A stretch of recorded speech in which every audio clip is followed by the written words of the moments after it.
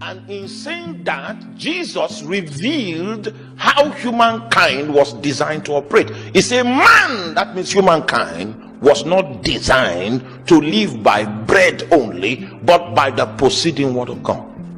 That means for us believers, food is not necessarily a priority.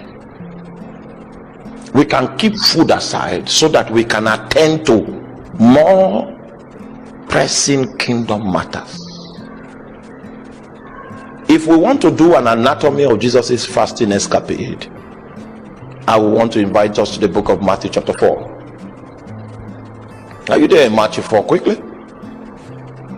Matthew 4. Quickly. Matthew 4 and verse 1. Matthew 4 verse 1. Then was Jesus led up of the Spirit into the wilderness to be tempted of the devil. And when he had fasted 40 days and 40 nights, he was afterward and hungered. And when the tempter came to him, he said, If thou be the Son of God, command that these stones be made bread.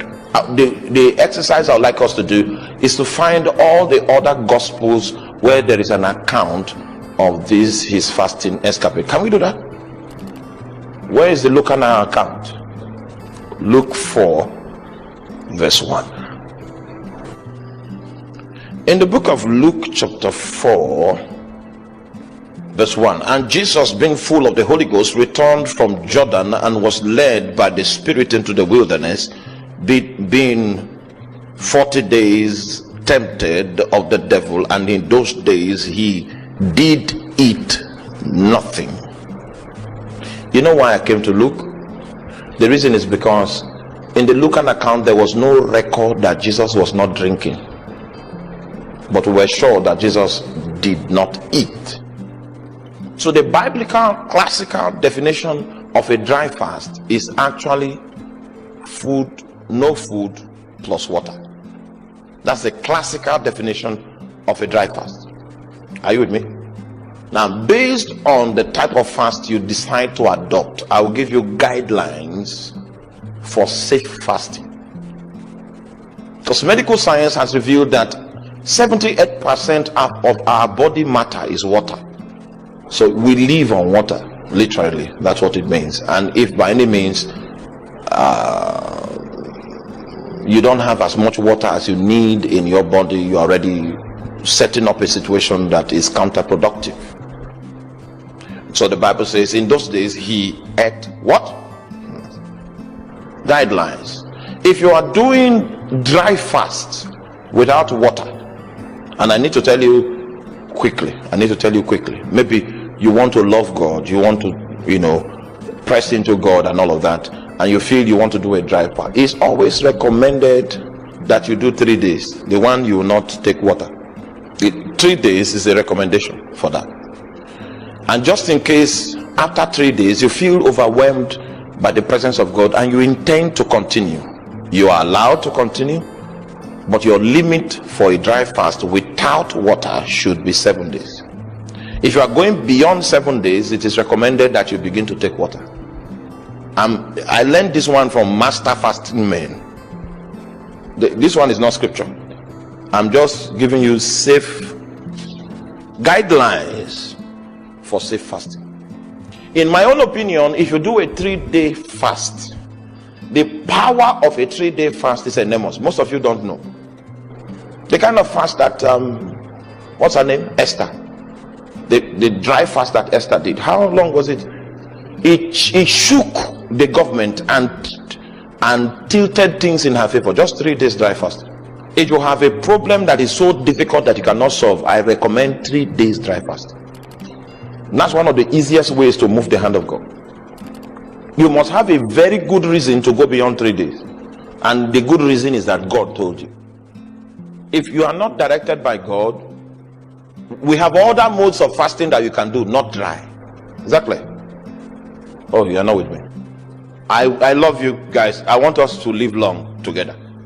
You don't know how many people we have dealt with in this place that their situation was occasioned by unguided fasting. Fasting doesn't give you a miracle. Fasting doesn't change God. Fasting actually changes you. It's a facility by which you can yield, you can adjust, you can find alignment through the sensitivity that is in your spirit. So the recommendation is, if there's a serious challenge, the prescription is 3 days dry fasting.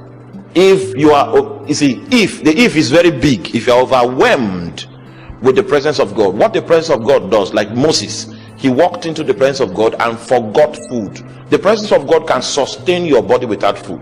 There's a dimension of the presence of God that can come upon you, and you will not feel that you are not eating, you have not eaten food. You can use that dimension to do 7 days. Don't continue. If you are going to go beyond 7 days, begin to take water. I hope I'm making myself clear. All right, so we have 2 kinds of fast based on this my definition. We have, if it's above 14 days, it is a long fast. If it is below 14 days, it's a short fast.